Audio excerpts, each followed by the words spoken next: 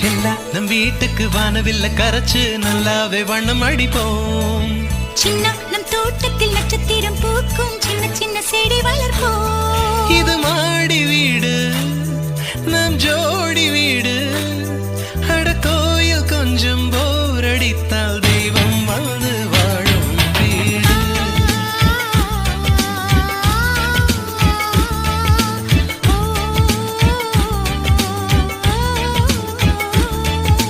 செல்லா நம் வீட்டுக்கு வானவில்ல கரைச்சு நல்லாவே வண்ணம் அடிப்போம்.